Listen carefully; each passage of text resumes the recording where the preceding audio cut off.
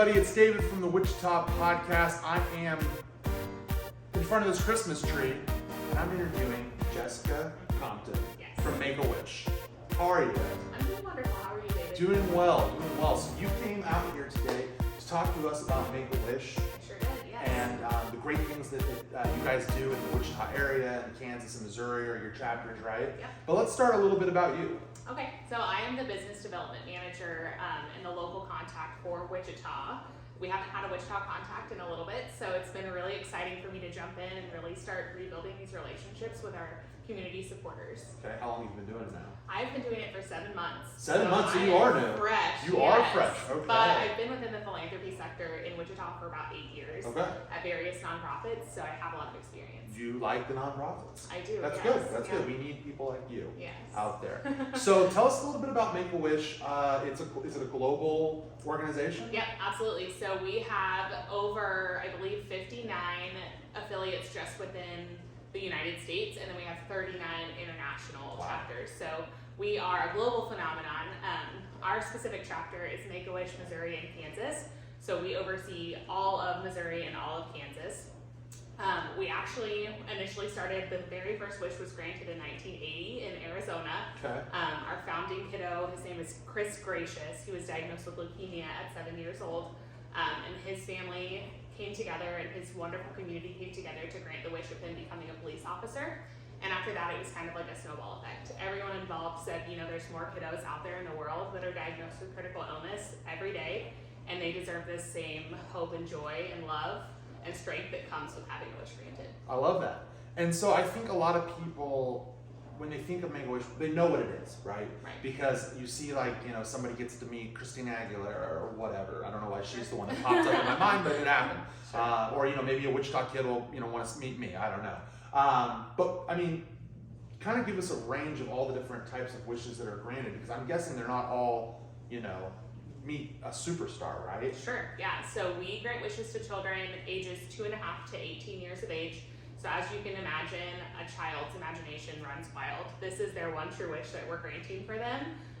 So we let them dream just about as big as they possibly can. So wishes can go from a trip to Disney World to meeting John Cena or Patrick Mahomes to having a playset built in their backyard. So I mean, it's a wide range. We let them dream as big as they possibly can.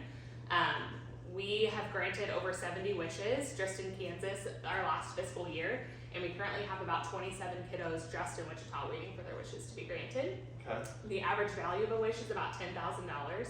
So it's a pretty heavy lift for our local community. That's why it's so important for everyone to get involved in some capacity, whether it be volunteering, donating, supporting in some way, or holding a fundraiser of their own.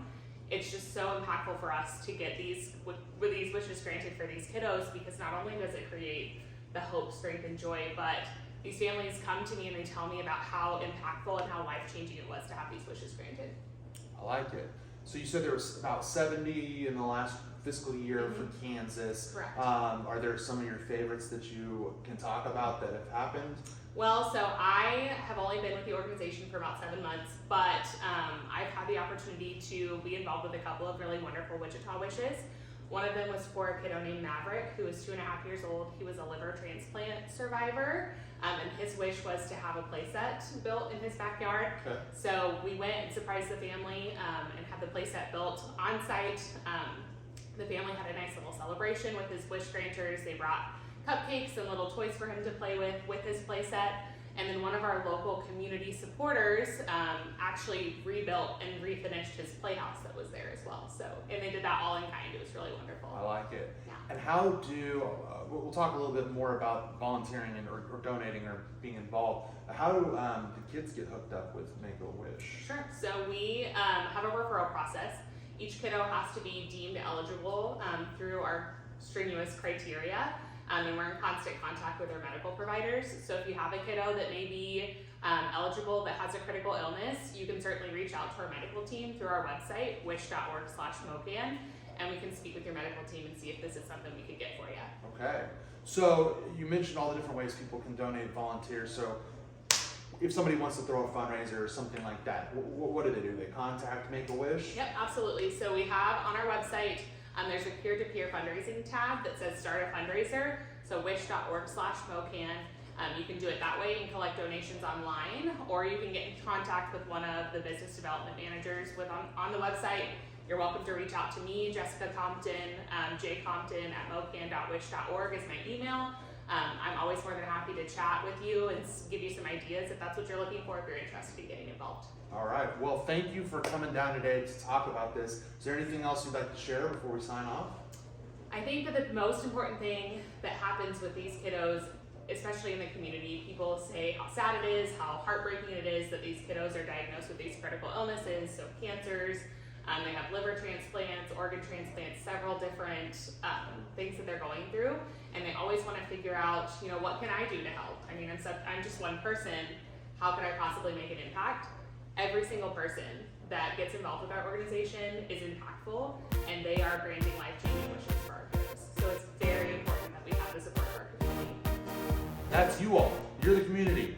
So give her an email, check out the website, call, do whatever, go help out, volunteer, donate, whatever it may be. There are a lot of ways to get involved. Thank you again for coming down. Yes, thank you for having me. Absolutely. Everyone out there, have happy holidays, be safe, donate, volunteer, all those great things, and we'll talk to you then.